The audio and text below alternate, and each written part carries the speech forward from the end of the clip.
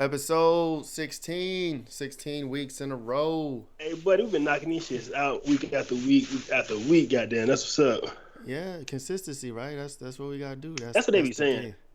That's the game, bro. Consistency. 16 early, bro, because I was listening to Joe Budden, man. He had goddamn 550, 560 something. Oh, yeah, he's a boss. He's a boss in the podcast game. You know what it is. I am Flacs. Check out my sites. Lucid Perspective, silversyndicate.org. You already know. King Author in the building. What up? Y'all see the background, 2020 faces. It's Halloween. It's goddamn home run season. MV Grindstones 2023 be coming back and goddamn Cuddy app. Download the Cuddy app. You know what time it is. Borrow your fingertips right now. Goddamn gone. How you been, Flacs, man? What's going on with you? Not much, bro. It's another show. We here. We got, we got good people coming through. We got business people. We got smart people. People in the community doing big things. We got my boy Reggie with us, yeah. Yeah. Yes, sir. We got Reggie, Ralph. We go way back in the SOC days. This is like 2009, 2010. Help desk. Yep. Secure Operations Center represent. Shout out everybody from back in the day. What's going on, Reg? Like we about to nerd out a little bit.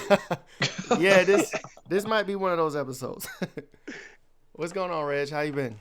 I'm good, man. Can't complain, man. Another 6 feet, another day above dirt. 6 feet, man. That's what's up. Damn right. Like that. So tell us a little bit about yourself, like your history, work history, what you're about, and give us a little figure shit out moment. What was your figuring shit out moment? Yeah, man. Once again, my name Reggie Ralph, man. Shoot, I still ain't figured it out. I'm still working on that, Facts. Like DMX said, Cisco said, what they really want. I still don't know what they want. I was waiting for it. It was coming. A little inside joke. I know it was coming. Yeah. But for real, yeah, man, I'm just a kid from the trailer park, man, to be honest with you, Franklin, Virginia, man, and I'm still trying to figure it out, still, there's always room for growth, man, I tell you that, man, just kid coming from the trailer park, man, Southampton Meadows, man, Word. Trailer park kid, Franklin, Virginia, how far is that from where you live now? About an hour. So you still in Virginia? On the other side of Suffolk. Yep, still in Virginia. Oh, Suffolk, okay. I remember back in the day, and correct me if I'm wrong, this may not be your first business venture, but you used to fix Xboxes for money. Yeah, I used to. And you was caking, right? Because like mad people at the help desk would come to you. I think you was fixing them, you was modding them, you was doing all type of shit. Yeah, for real, man. Yeah, and I had to learn, like that's like my basis of learning, not necessarily cybersecurity, but just IT in general. I stayed up so I used to work at Best Buy, Circuit City. Okay. Oh, and, wow. This shit, guy, goddamn. Okay. Yeah, Circuit City, long time ago. Guy came in there, he was like, man, I already got the Madden. I'm like, dog, Madden don't come out until another week or two. So I'm like, all right. So I do my Google research. Google wasn't big back then, but I did my research. It was like modding Xboxes, downloading video games before they come out. I was like, all right, well, I'll do that. I'll try that out. So I stood up I think I stayed up like a whole 24 hours learning that process, like buying different stuff and, staying up a whole 24 hours learning command line. Like I didn't know what I was doing at the time, but I eventually figured it out. So download the game. I would charge people $25, wasn't nothing to me. I downloaded, played the disc, and it worked. So I'll say this, only issue you had, like if you wanted to play online, they can detect if you got a game beforehand, or they can tell you got a modded system. And they ban you from live. But it wasn't a big deal for me because, I wasn't playing online anyway. So I really didn't care. It was more like for the other people. So you were copying the games? No, I didn't have the game. It's like people, so it's real. The dual layer disc, they're like 8.5 gigabytes far as how big they are. Right. So what you would do is you could download the game in pieces and parts. They will break down the game down. You can download in parts. Like 1 gig here, 1 gig here. Right, and at the end, you can just merge them together and put them on a dual layer disc, and you can play them, and just basically like that. Word. Okay, so all right, figuring shit out, folks. What is a right? Bro said he downloaded his own game. Like that's wild sauce. What you mean by module, right? Or mod? So, yeah, mod. So what you would do is there are certain things. So. You would take the CD-ROM drive, and the drive would kind of detect if it was a real disc or not. Meaning real disc came from the manufacturer. Right. So in order for it to read that, you would go in, kind of take the drive apart, that means you would have to know what type of drive it was in the Xbox. You had to take it apart, mod the coding or basically the code, and so it could read, basically downloaded games or read that disc, and then you could play it, and that was it. So he said the 24 of them things, right? 24 hours. Listen to me. Some young boy came and was like, I tell people all the time about if you want to be in tech, they say they want to be in tech. I say, dog, to learn or to be kind of good at what you're gonna do, if you ain't willing to miss a meal to figure out this issue early on, it ain't for you. A young boy came and was like, what about, I want to be in tech. I said, bro, if you ain't willing to sit there and goddamn dig through this stuff and figure it out to get that eureka moment, exactly. Like when you miss that meal, when you miss them 2 meals, the shit still sitting right there beside you. But you want to figure this goddamn gonna code out on that shit when you then crack it and get it, and you goddamn jump up and say goddamn kiss my ass. Right. I mean, like, you gotta have that 24 hours, dog, on one problem. But once you learn it though, it was game over, right? Yeah, it was a wrap from there because like after that, people would come to me, one, to fix the Xbox, and then two, I would have the game already, so I would charge them $30, which the games at that time was $60. And half then off. I was cut it half off, and then it wasn't an issue with me.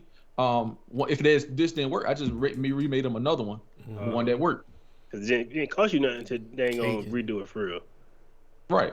I didn't have to remodel the Xbox. It's just I had to burn the disc over again. Intellectual property is a mother. right. And it's funny because it's like, it's crazy. Like, you were caking over there. I remember. I didn't have an Xbox. I was a PlayStation.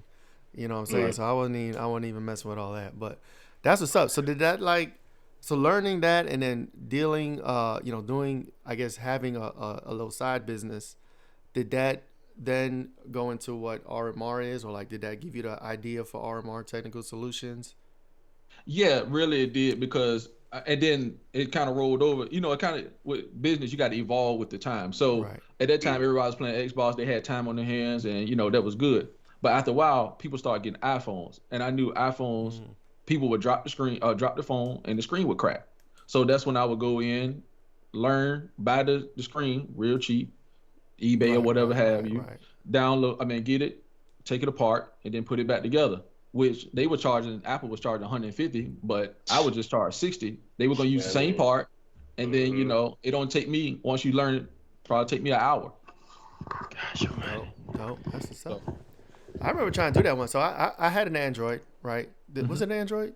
It was a HTC, and I cracked the screen. I like HTCs. They felt, it was like real metal. It didn't feel like plastic or whatever. Cracked the screen.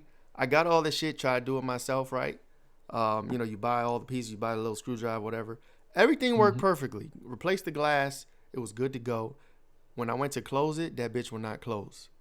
It was like it wouldn't. And then I don't know how, but I eventually got it closed. But it was still like a lump or something inside was folded wrong, and it wouldn't seal back. So like my phone worked, but like if you look on the side, that shit was like trying to break apart. But yeah, no, I never fuck with a phone after that.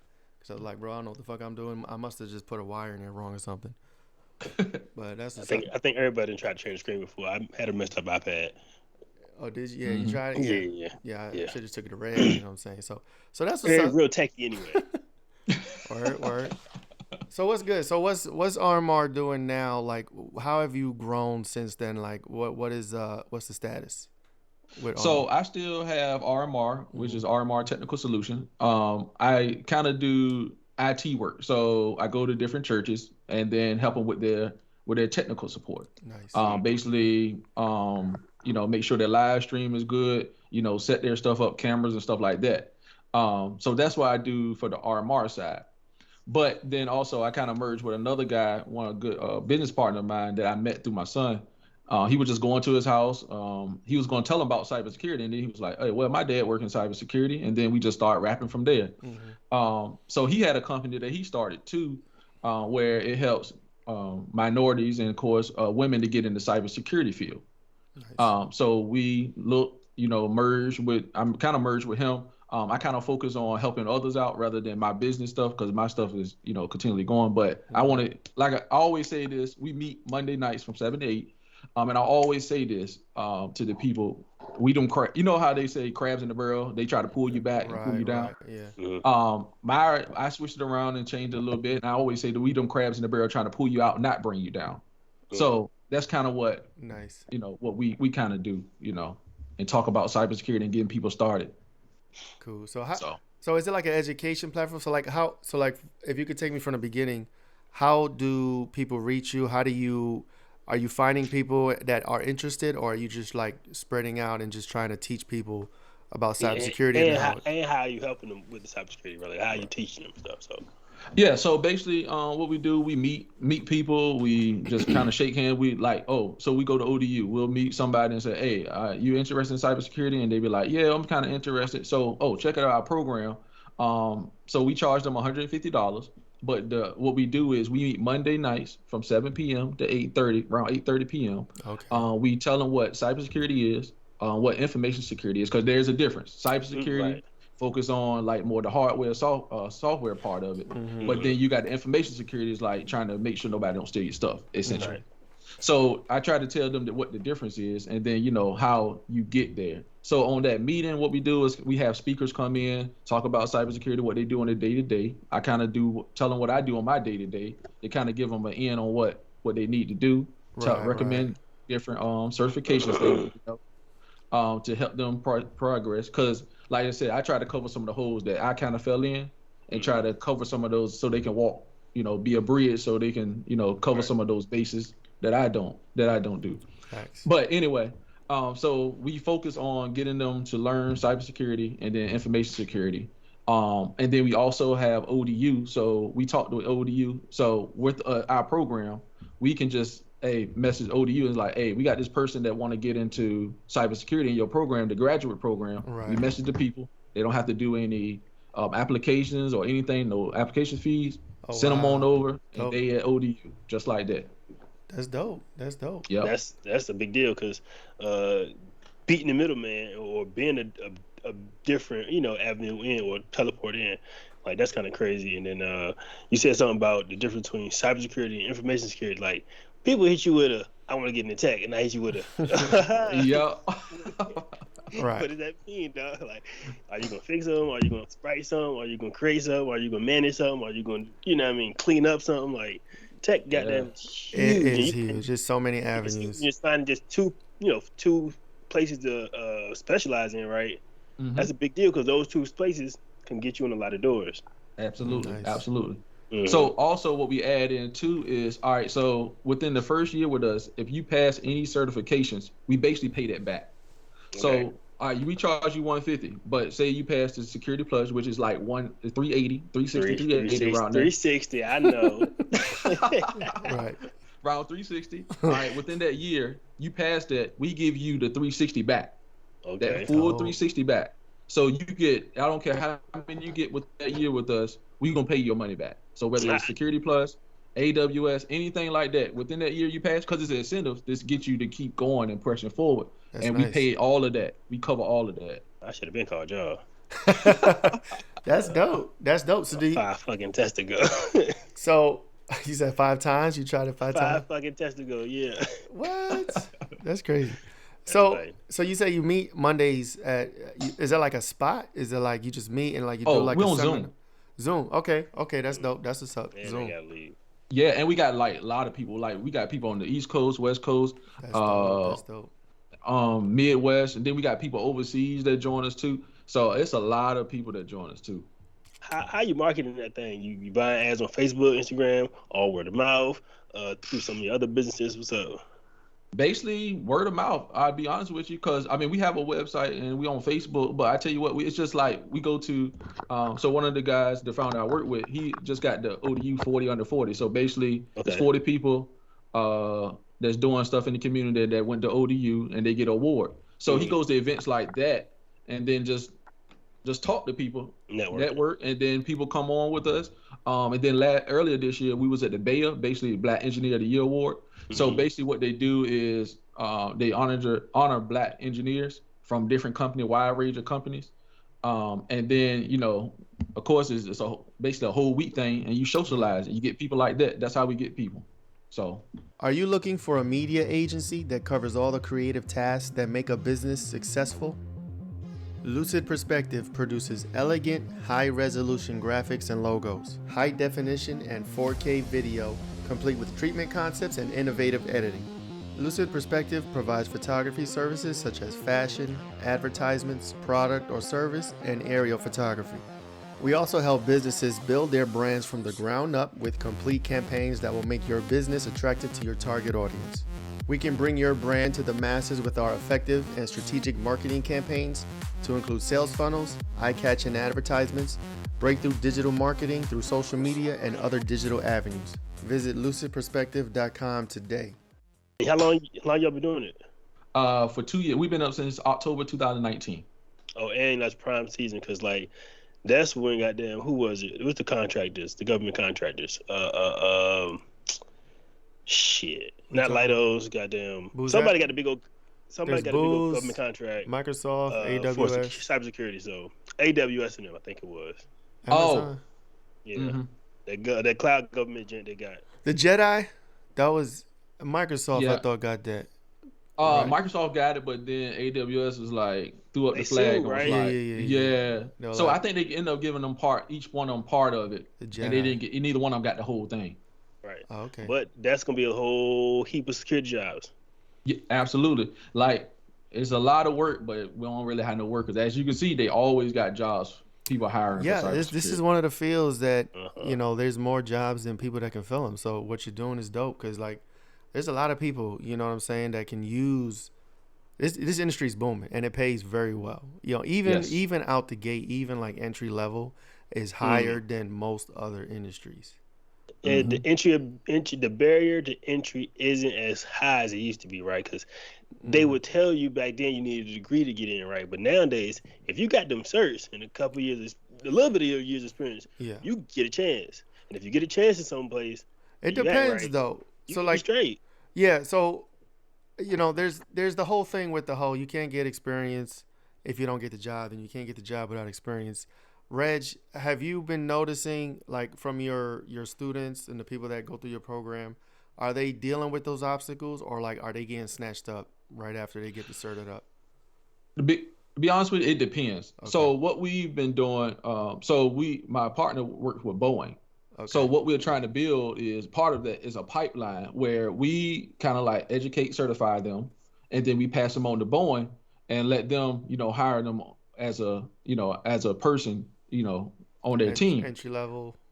Yeah, entry level type stuff, even in their internship. And, if they're good enough, it turns to internship, then they can get a full-time job. All right.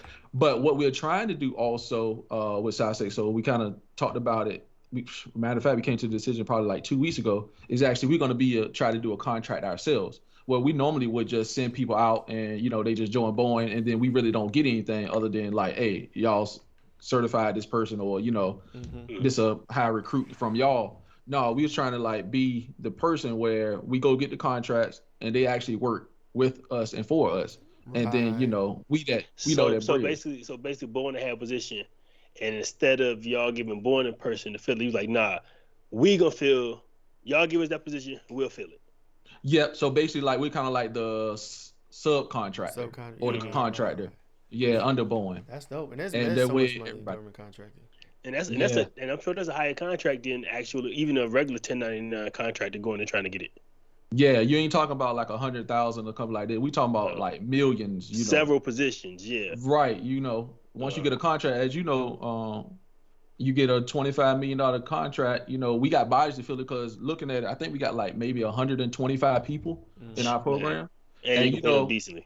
Right. And then, far as that goes, they always, so even if you don't get the contract or, when they're trying to do a contract, they need resumes. They just take people's resume, even if they don't get you, they just got your resume. And then they'll submit it and say, hey, we can get this person, we can get this person, we can get this person. We got 125 of them that we can, submit for this position. So that's definitely a win-win, yeah. Yeah, so that's what we're trying to do, rather than just outsource our people. We're trying to keep them in our program and then, So you essentially, right, so you can kind of like hire them. They'll be your employees, right? Yeah, and then absolutely. If you have the contract, you fill the jobs, you do the work, you get, you get them hired, you get their salary, and that's what's up. That's dope. This is definitely a high level conversation because like, most people just probably getting people to do minuscule. I don't want to call them minor, minuscule jobs, right? Like trying to get people to do extra jobs or trying to recreate what they're actually doing, but actually staffing a contract, right? That's a whole different ball game. Right.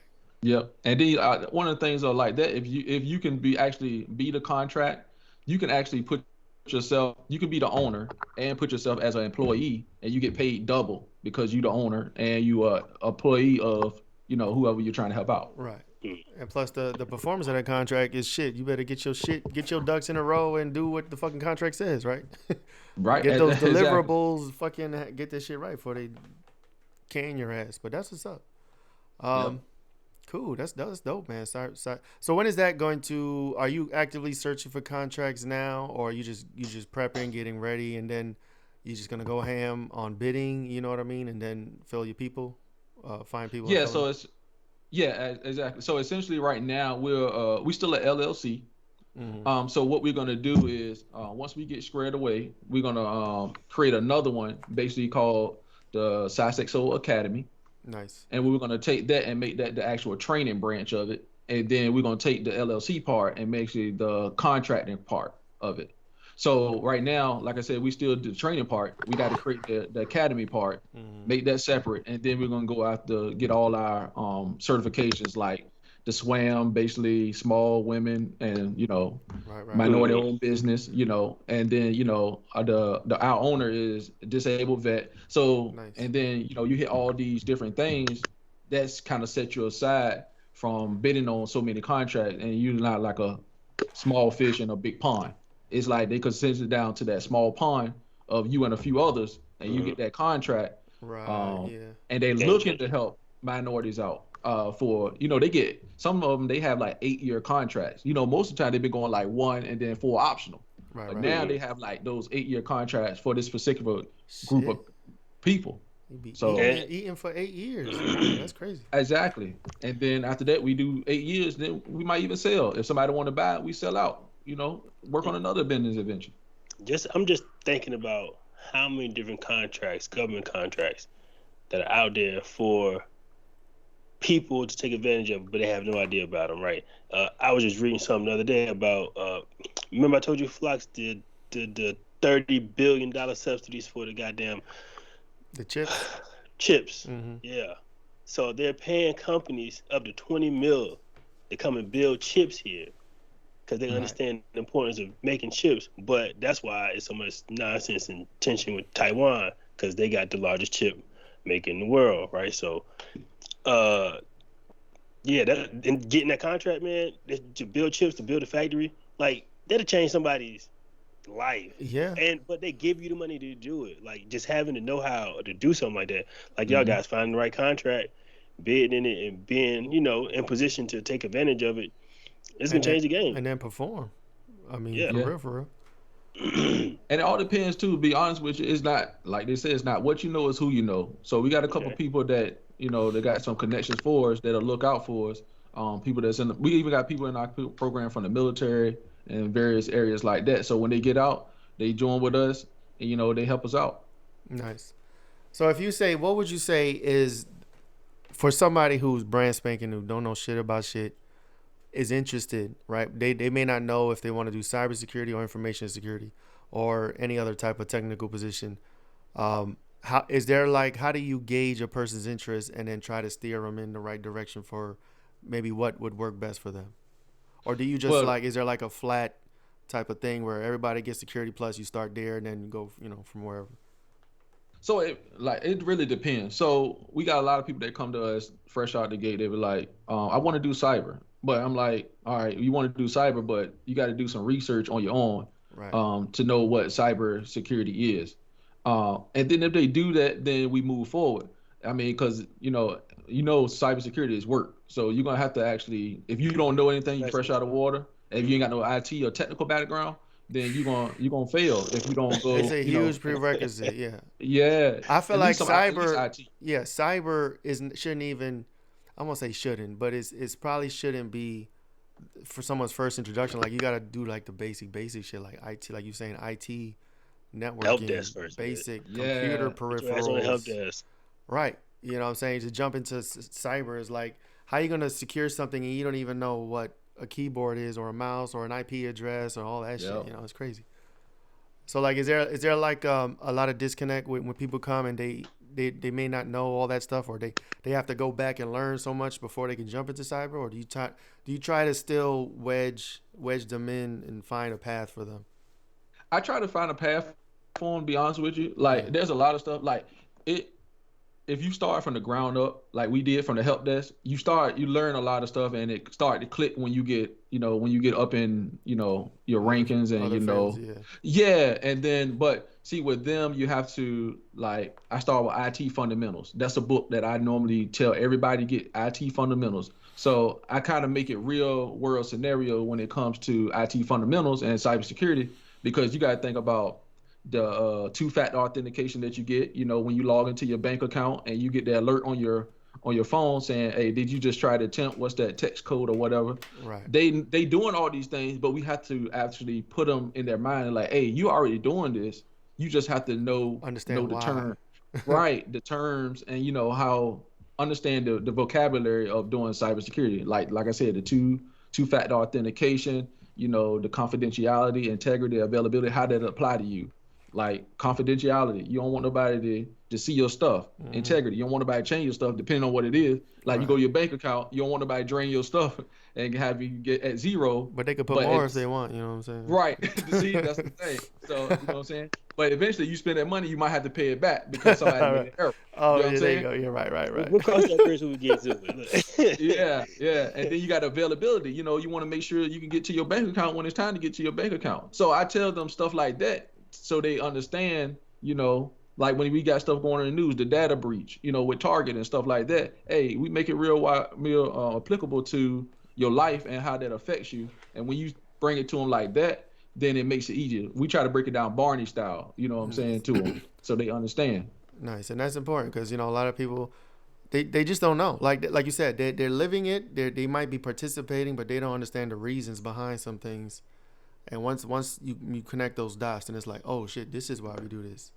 You know what I mean? And that's right. great. That's great for a career. If you want to get into technical cybersecurity, understanding the fundamentals and understanding all that, like you said, the fundamental stuff is what can take you and make your career, into the more advancing type of things, because it can get very complex and technical and advanced.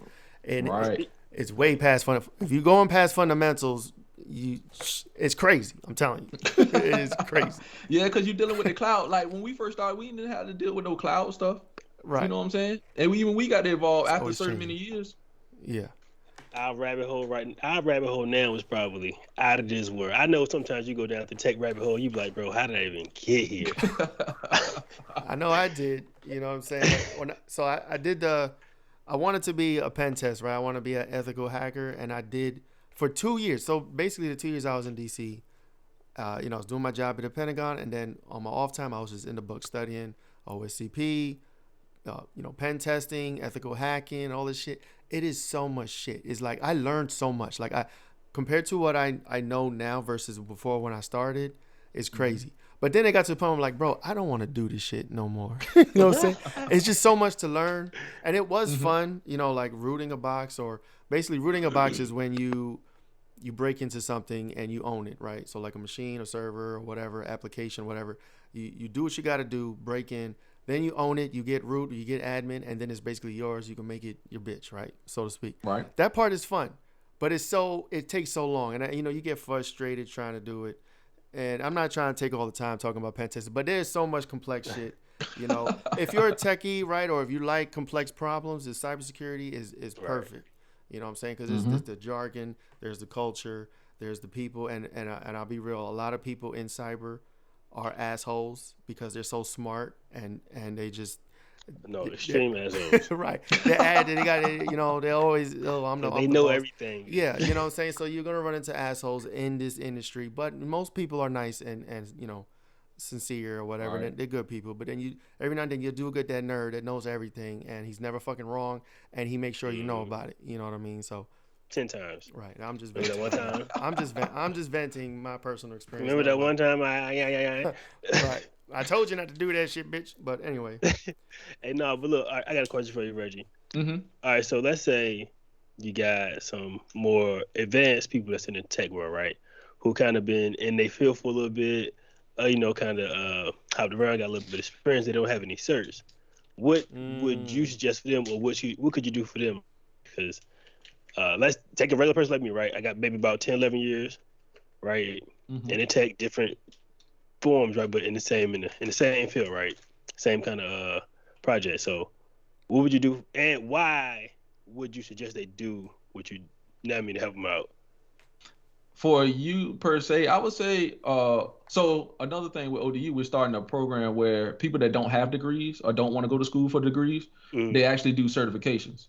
So they will have a boot camp. I would recommend you go to a boot camp that ODU is going to start up. And we suggested that they start up because a lot of people don't want to go to school for the degrees and they just want to get the certification and move on. I would probably have them work with you to get the boot camp. But all the while, you can still come to our 7 to 8:30 p.m. program, and then I'll kind of teach you some stuff of what I do on a day-to-day basis to kind of improve and push you forward in the process. Okay. Nice. Yeah. All right. And also, we also meet with individual people. So I send them a website, and they got different roles and responsibilities related to information security / cybersecurity. They pick what they want to do. I tell them pick maybe 2 or 3. And I build a curriculum for them. Hey, you need to get this certification. You need to look at this book. You need to look at this website. Build that up. Send them a PowerPoint so they have it as a reference point. So if they want to go back and say, hey, man, I don't even know what I'm supposed to be doing. They go back and look at right it. There. And it's right there. And then they just go, follow the process and go through that. So that's how I know. Right. So do you suggest people who got years of experience get a cert, or do you suggest just ride the experience wave out? I would say get the cert because you want to. Old man always told me that you want to be a prostitute. You want to have something to sell. So if you got the experience and the degree and the certification, that make you more marketable. You got to have something to sell. That's what you got to have something to sell. I missed my tripod. I got 2 or 3, man. Gosh. Wait, what you got? 2 or 3 what? I got a degree and some experience, dog. I ain't got no certs. And man, and it haunted me to this day almost. Like when I was in college, the dude, I couldn't stand the teacher, but he was get your degree now, get the cert while you're here now. It's free. Your eyes fresh. Get the cert now. Here it is, 20 years later. I'm looking like you. So okay. Look, it's seeing me smarter than people I'm working for, right? But they got a cert, and I'm looking like can't just bad up. You know what I mean? So I take it. So you're one of those. You're like a bad tester. Like you know stuff. You know the material. You're just a bad tester. I would say so, because like some of that stuff that's on the test, right? I was telling you that I felt. I don't see all that stuff every day, but the stuff that I do see, I knock that shit out. Right. You know what I mean?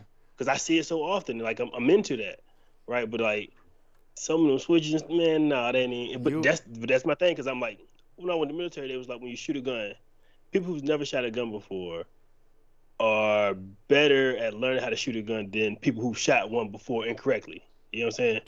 Makes sense. Like, so that's just my So deal. do you think you're probably like an overthinker? Like, because like I know I can overthink a question, right? Yeah. Like you'll read the question, and then there's like 3 interpretations. You could be like, well, if they're talking about this, it could be this. If they're talking about this, it could be this. And then usually, what's they say? Usually the first answer you pick is the right one. Right. Mm-hmm. And then if you overthink it, then you change it to the wrong one. So just pick C. I'm not sure. I might just not be versed in enough of the fields, right? Because every time I took the test, I got better. Well, that's good. You know what I mean? So it's like, just take and like, it. I pride myself being a smart ass. Like, most of us, right? I usually don't fail tests. I don't. If I take a test, I'm gonna pass it, but barely. Man, I bombed these shits, dog. Like, and I was just like, what you got? Like 10 points out of 100? Almost, almost. But it's like, I'm like, damn, this ain't even me, dog. Like, this shit crazy. Keep trying, I tell you what helped me too was I found a guy that do test taking tips. Where like most of the time the longest answer is mostly time the correct answer. Okay. And then there's like ones you can weave out. Well, that's wrong. Right. elimination. there's different techniques that you can do to kind of help with that. That will probably boost your score up enough to pass. I think. Yeah, I was about 75 points off, cause that last time I was like, man, I hate all y'all. It'd be worse though. And then look, had to go back to work with the fail paper, like. And the job pay for it too. They mad at you? The last two was out my pocket. Oh damn! Go ahead, take it again, bro. Go and get your certs, man. Come on, kids, man. I'll help you, bro. I got 3 kids under 5. What you talking about? I feel you. That's what's up. So Reg, so with your people, do you have a high passing score, or like do your people pass, or like if they fail, do you help them take it again, or how does that work? No, generally speaking, if you pass, we just pay for it. But if we be honest with you, I don't think we haven't had anybody fail. I would say. Oh shit, Reg! There you go, King. That's you right there. Fail, man. I should have been called blood. We never actually had anybody that come to us and fail, because like we don't had a couple people pass Security Plus, of course, and then AWS is one of the ones we recommend, and they passed. So nobody has actually came, unless they just didn't want to like tell us. Right. But I haven't had anybody come to us and like, hey man, I failed it, man. I suck or nothing like that. Right. You know. I'm a man. They ain't scared to tell you I failed. God damn. There you go. I hooked you up, King Arthur. You gonna pass all your certs now.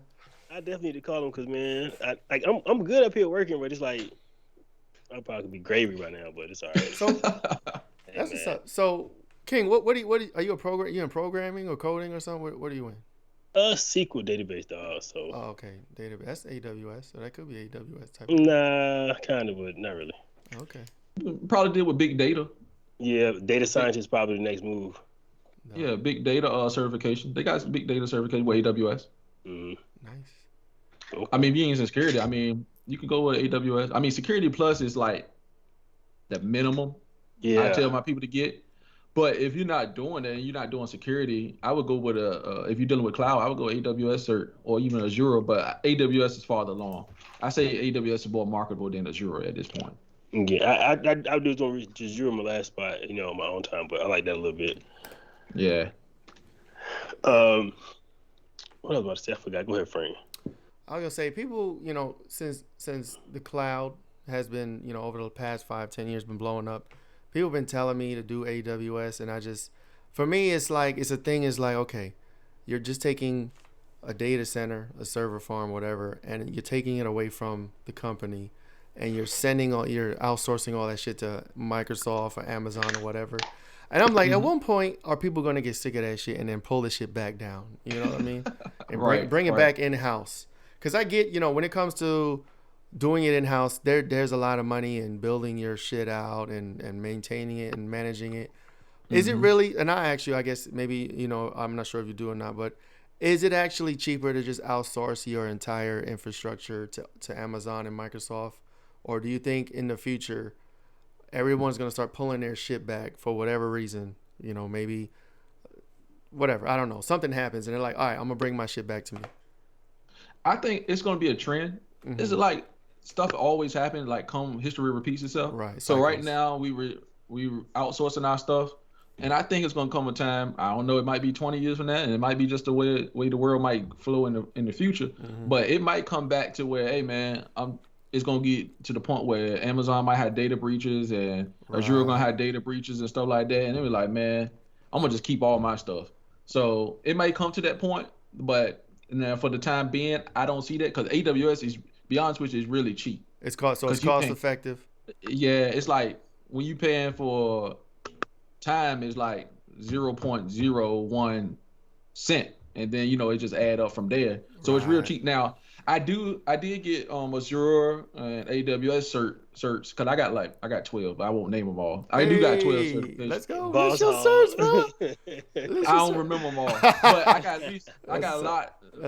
I got 4 AWS and Azure. So I got the AWS practitioner, which is the baseline one, and then I got the AWS architect, basically building it out, and then I got Azure, the basic one, the foundational one, and then I got the Azure security one. Now, in my day-to-day job, I really don't use it, to be honest with you. because I really ain't been an architect. I'm still like an ISSO, Information System Security Officer. Right. At this point. So I know the technology, but as far as me doing the technical work, I don't do it. But it's good to know when somebody come to your problem, hey, we have an issue with this, well, I can just spit out, hey, did you try this? Or something like that. So it helps into helping the people or the contractor to do their job. But to be honest with you, I don't use it that much. Nice. Yeah, that was my issue. I'm like, AWS, like, at that time I was trying to do the OSCP to freaking be a super hacker. You know what I'm saying? Right. But I since fell off of that. Now I'm on RMF. You know what I'm saying? CNA used to be called CNA. RMF. It's just, it's management security, securing the organization from a top level on down. So yeah, people hate us. People hate me. They don't really hate me. When you need a quick cut, yet you're tired of waiting in crowded barbershops or beauty salons, then download the Cuddy app for the fastest and most convenient way to connect with a professional hair care provider. We offer an on-demand service of mobile professionals ready to provide you with a fresh cut or new hairdo. Why is Cuddy app so great? It saves you tons of time, and it also helps many hair care professionals still experiencing a loss of income from COVID. This app is the best option for whether you're new to the area, if you're unable to travel, running late for appointments, etc. Whatever the reason may be, you can count on Cuddy app to provide you with the convenience you need from a long list of professionals. Download the Cuddy app today. Hey, bro. What's up? When I left the military, I thought I would never hear so many acronyms in my life. Man, y'all was just spitting. ITs, Y'all was just spitting shit out. Yeah, it is. IT, cybersecurity is freaking acronyms. I was like, I thought I was all the fucking time. Yeah, but it's a good field. I got a question for y'all. What y'all know about IoT? Internet of Things. It ain't secure. Nobody's secure. I mean, I don't know about nowadays, but nobody's securing shit. They just throwing shit out there. So I use it, but I don't. Like I said, I use it, but it's not secure. Like I said, I got the whole Nest and all that stuff covering the thermostat and the cameras and all that stuff. Word. It's convenient. Now, is it secure? I just don't know. It's not secure. I just don't think people have enough time or take the time to actually hack it. So go ahead. My thing was like, well, IoT is like companies that, IoT is like a new market thing, right? They're like, oh, let's put an IP address on this. They put IP addresses on shit that don't need IP addresses. I got a refrigerator. I didn't want it. She knows this. She wanted the Samsung refrigerator with the screen and it connects to the internet and all that shit. I was like, babe, what? Our refrigerator don't need an IP address. Why are you doing this to me? But we got it and it's got issues. But anyway, they're just putting IP addresses on everything, making it connect to your Wi-Fi, flooding your fucking network, and none of it is secure. The more devices you put on a home network, the less secure it is, because there's all type of you introducing all avenues of entry and exit and all this shit. I'm gonna play devil's advocate actually, because I was gonna say with some businesses, right, implementing a cloud or like a little Nest right inside their warehouse to where they can track things, right? So I was on a job and I was like literally going in that shit and like hand writing down barcodes. I'm like, this don't make sense. Why don't you, put a tracker on this shit, and every time it leave this particular place, you able to track it, right? Or have some able to change who has it and who's, track who has it, where they're taking it to and stuff like that, all while in here having, so stuff like that is beneficial for a business. And what you were saying earlier, right? What if they start bringing down their own infrastructure out of the AWS, right, and having control over it? You know what I mean? So if they're able to keep it secure like AWS and still have the little Nest inside of warehouses, right, on the planes, right, on whatever vehicle they got inside their area, you know what I mean? It'll be it just makes sense to me when I first seen IoT, and I was like, man, this shit might be kind of different. So that's what made me ask y'all. Yeah, and I think this is it's always this fine line of features and security. Like you want to have the features, but it minimizes or the security on those things. So if you got more devices, like Frank, like you were just saying, it increases your attack surface, and it gives people more ways into your network. So I guess it all depends. As a matter of fact, we was looking into a refrigerator too, like that. My wife was looking for one, right. So we looking into it. Think about ordering probably next week, but yeah, Bro, we looking into that too. I got a my network, right? I got a hardware firewall. I have there's so much shit in this house with an IP address. I don't even know. I'll look at my network table. I know most of what everything is there, and I'll just click on something. I see the MAC address or whatever, and I'll be like, what the fuck is that?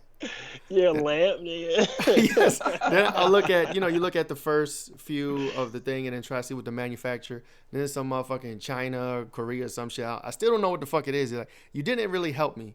So I don't know what's going on here. But we're techies, like you said, we got Nest, we got security cameras, we got fucking Roku, we got all this shit, and it's just everything is fucking connected. You know what I'm saying? But I'm doing the best I can. I feel like this is probably a good scenario for like a company that goes and secures homes. Like if you got a lot of IoT devices, your shit ain't secure, especially again, if you add more devices, your attack surface is larger. That would be dope, but people don't care for real. Like until they get hacked or something happens that originated from their house, they're probably gonna be like, I don't need to pay for this. It's like ADT, you pay ADT security, and nobody breaks in your house. Like, why are you paying for it? So I don't know. That's why they started saying motherfuckers are breaking in your house. Yeah. Right. So, that's the thing, man. Like I don't see people just when you were doing Kali Linux, people just drive around the house and try to get your Wi-Fi and stuff like that. Right. People ain't doing that stuff like that no more. They ain't really trying to attack people's houses. They going for after the big dollars. True. They attacking Target, Walmart, those type people because they got millions and millions of dollars. Us poor people, considered, when you think about it, they ain't really trying to come to our house and track our Wi-Fi and stuff like that. That's true. You know what I'm saying? That's Thank true. God we live in America. Shit. But at the same time, it's also, that's true. But at the same time, if I were to be a target of a nation state, right, an APT, I'm like, what's it called? What's the saying? I don't know, a duck and whatever. I don't know, a fucking dead duck. A sitting duck? Sitting duck, yeah. Because like with all this, they could be like, oh, he got a Samsung refrigerator. Oh, boom. Here's the module. So what they gonna do? Here's hack your shit and order some milk for you? I don't know. I hope they go in my bank account and drop off some M's, some millions. But yeah, IoT. When you asked about IoT, I really hate it. I tried to reduce our shit, but it ended up being more. So yeah. Because you lost control. You let the internet control you. Let the devices control you. You're a fucking cyborg now. Pretty much, bro. I'm just freaking. I'm surprised you ain't got a goddamn sensor in your little action figure at the top back there. I might. I don't even know. Something over there got an IP address. I don't even know. Word. So CySecSol. So what's next for y'all? Like, how are you guys growing? Like, is there plans to expand, franchise out, or just grow the team, grow the staff? Well, like I was telling you, like I said, we're trying to do the academy part, and then we're trying to do actual the contracting part. What's coming up October 8th at ODU? We got a cybersecurity conference. So we're gonna have people come in like Boeing and speak, and then we have another guy that's gonna talk about resumes. So it's kind of like a social event, kind of talking about cybersecurity, getting people come in. ODU is going to be hosting it, like I said, October 8th, which is Cybersecurity Month, if you didn't know. Oh, that's right. Yeah, October. They got a Cybersecurity Month. Look at that. Yeah, October. Yeah, October is Cybersecurity Month. So only a nerd know that, dog. So. Yeah. So they have a lot of other conferences going on at that time.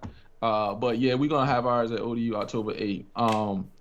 I don't know if you know, but my daughter actually passed in June. Oh, sorry to hear that. Sorry to hear that. Wow. Yeah, she was 23. She had sickle cell disease. Wow. Sickle cell disease, I don't know if y'all know, is like the blood cells form seed and the blood can't really come through. But every year we're gonna start. Last month we had a basketball game to honor her. And what we're gonna do is we got about $2,000 from the proceeds, and what we're gonna do is we're gonna do a scholarship. They named a scholarship after her. Okay. So what we're gonna do is for any student that's finished 1 year of school, that's going back to school after their first year, next year we're gonna award them a minimum of $1,000 towards their school. So that's what we're gonna. That's big. Yeah. So every July we're gonna try to do an annual basketball game to honor her. We got jerseys and everything. To give out to that student that's gonna keep going forward. Nice. And that's at ODU? Oh, that's actually in Franklin, back home. Okay, gotcha. Yeah. Because I used to play on the basketball team, and one of my coaches is actually part of our executive team on CySecSol. So he opened up the door for us last month for us to come in. So we're gonna try to do it annually to keep the fundraising going and stuff like that. No, yeah. Let me know about that. Let me know. I'll definitely come through. I can't play for shit, but I'll be on the stands. I was about to ask you, still getting buckets? Nah. My knees don't work like that. Yeah, I actually play in a league, man. 35 and up. In Elizabeth City, North Carolina. We play every Tuesday from either 7:15 to 8:15 or 8:15 game. And it's like 6 other teams, everybody 35 and up. It's slow break. So when I say slow break, that means like it's 20-minute halves. So when it gets to 5 minutes, you can run. But slow break is the other team got to have 3 people back on defense before you can fast break. Okay. So, everybody, they older guys like 60 years old. I used to hoop back in the day too. I won't know Beast probably like Reggie here, but goddamn, I would play at the rec, and there was this old dude named Bill. Man, Bill had the most lethalest 15-foot I've ever seen, boy. That shit. He had to been a good 78, cuz. He was pushing 80, but that boy had that goddamn ratchet. Where at? I played down in Great Neck, Virginia Beach. Oh, okay. You know what I mean? So, but I ain't. But the thing, I'm older now. I got kids, but I ain't played in so long. I ain't scared to go out there, but I'm ready to go out there. But it's like you gotta stretch, man. Stretch. I'm still active, but basketball active is a whole yeah. You know I tell you what, man. I used to not. As you get older, you learn different things. I stretch now, and I feel better. When I'm playing. That just comes with age. But I iced the knees. I ain't no shame in my game. I iced the knees for 30 minutes. Drink cherry juice right after the game, build my immune stuff back up. Hey, man, it's all like LeBron, man. He paid $500,000 on his body, so he keeps it going. He been playing that long, so you got to take care of your body, man. That's facts, yeah. Yeah, man. Frank, I ain't gonna tell you get your ass in there, goddamn. He got his whole gym in the house. I ain't even go in on him tonight. Look. What? I know, bro. My wife is in there. I be watching like, you doing great. You know what I'm saying? It's like it's motivating me to get in there, and I'd be like, no, it ain't. As soon as you finish, I'm gonna go in there. But then I go do something else. Work on the sweat. Your health is well, Frank. I need you right, man. I know, bro. I need to. Matter of fact, after this, I'm gonna do 30 minutes. I'm gonna do 30 minutes. I'm gonna document it and I'm gonna post it. All right. Matter of fact, we're gonna do episode 16.5, and I guarantee you. What? He ain't gonna have no hours in. You gonna get him on the treadmill, man? No, I'm gonna do it. I'm gonna do it today. I want pictures. I'm gonna do video. I want pictures, nigga. I don't care. Don't put no water on your head, man. Until you've been running for 30 minutes. All right, so sprinkle some water. Act like I'm sweating. He gonna pour it through. He gonna throw it through his head. No, for real. No cap. 30 minutes after this, I'm gonna hit the treadmill. Just 30 minutes. You ain't got a lot of us, right? I'm gonna post it and I'm gonna tag y'all when I post it. But yeah, right. You gotta stay healthy. Yeah, that's what's up, man. So yeah, you're doing big things, man. You helping the community. You making a difference. You know what I'm saying? I have one more question for y'all. One more question for you. Mm-hmm. What do you suggest for the young people who want to get into tech? Right. So, my company now views we do tech, computer literacy. Right. We were first doing basic typing skills, introduction to computer language, stuff like that. But goddamn, after COVID, things happen, switching it up. We're going drones, 3D printing, more advanced technology, right? For the younger folks, because it's time for them to understand that these things are out here and they're moving at an exponential rate. Mm-hmm. You know what I mean? So what kind of advice would you give to people, younger folks that want to get into tech? I would say take all the classes that they have at school, like the keyboarding, the accounting, all of those. I took all of those, and they helped me a lot. So I would definitely take those. And then after that, if you're going to graduate, then I would say actually do some YouTubing, because YouTube has a lot of stuff up there you can do. They got Professor, I want to say, Messier, whatever his name is. Yeah, he's classic. And he has a lot of stuff. I mean, they on YouTube, they on their phones anyway, so you might why not learn something educational that's going to help you build your future. So I would say, yeah, definitely like YouTube or any other free programs that they have. There's a lot of free stuff out there. Cyber.it is one of them. Yeah. Yep, that's what I use. Pluralsight. Yep. What particular industry would you get into? Like big science, data scientist, cybersecurity, infosec? I would say IT first, learning like how could audio, video, that type of stuff work. If something wrong with your computer, do we need more RAM, CPU, those type things, those basic stuff.